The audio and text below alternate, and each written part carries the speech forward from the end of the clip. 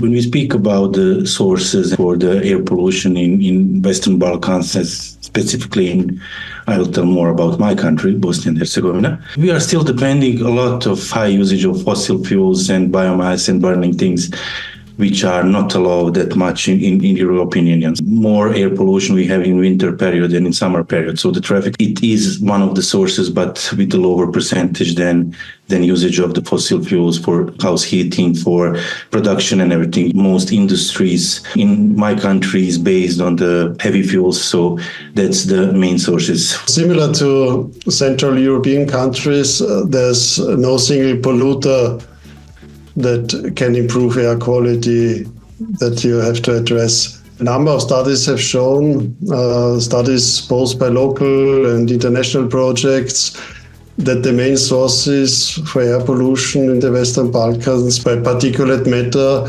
comes from energy production, domestic heating, traffic, and agricultural residue burning. And as particulate matter stays in the atmosphere for some days, it's also formed by gases, precursors. Measures should be taken on all scales. This means that all these sources have to be addressed on all spatial scales, from local and urban level to economy-wide measures and international scale. And within cities, the focus should be on domestic heating and traffic. Want to take air pollution on an economy-wide scale, the focus might be more maybe on energy production and industry.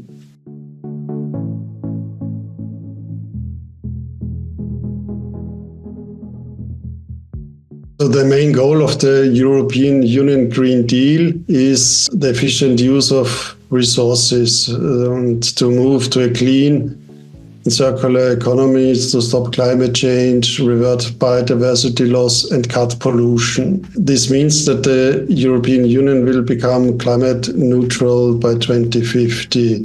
And what is the Green Deal for the European Union? The Green Agenda for the Western Balkans transposes this European Union Green Deal to the Western Balkans. This has been laid down in the Sofia Declaration. Green Agenda for the Western Balkans in general will enable Western Balkan economies to develop and come closer to the European Union in their green policies. All of these type of projects like his green agendas, objectives is to help us to overcome our problems with the air quality, and is helping us to easily join tomorrow in European Union, because all of these is obligations of the countries who are in European Union.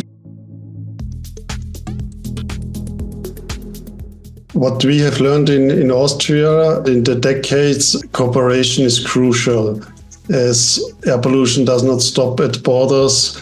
The problems are the same in neighboring countries, and also Austria is a small country which is influenced by air pollution from neighboring countries. So it's important to cooperate with our neighbors, but it's also important to cooperate within the country, to have the same quality assurance procedures, to learn from each other, to avoid mistakes, and to use the limited resources in an efficient way. In our country, like in countries next to us, our neighbors, Serbia, Montenegro, Albania, we have a lot of thermal power plants working, and we don't have plan to close them that soon. We are still polluting our neighbors, even if we don't want to do it. So that's why we need help from the countries who oversaw these problems. For example, Austria is one of them. But for example, when we also look at laboratory, not all laboratories have to analyze all pollutants. One laboratory focuses on substance group A and another on substance group B. So to join the forces and to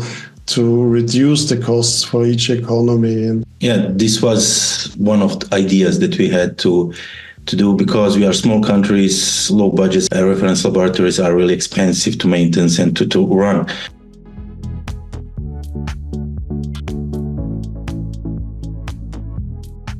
So the main air quality problems we had that started already in the 1970s and 1980s maybe, And at that time, it was due to industry, power plants, traffic, and domestic heating, maybe not that different from the situation how it is in Bosnia now. And what this shows is that it takes time. It takes many years to improve air quality on the one hand, but also on the other hand to establish air quality monitoring. Also that takes time. And what we have learned is what is crucial is the cooperation between national and regional level of administrations, and also a stable administration, so that people stay in the laboratory, stay in the ministries. And this requires also stable financing of all these institutions. What is happening now in this period, it's that the obligation about the air is separated on the different levels. You have 10 cantons. Every canton has obligation to do something about their air, not synchronized. So we lose the responsibility there in the chain of responsibility. Actually, we know what to do, but who's responsible to do it at this moment? There need to be a responsibility chain in our country. Now, according to new law, we will do something that experts from Austria and Sweden help us to do. So we can learn a lot from them. We are learning. Actually, I'm here today to learn something from them.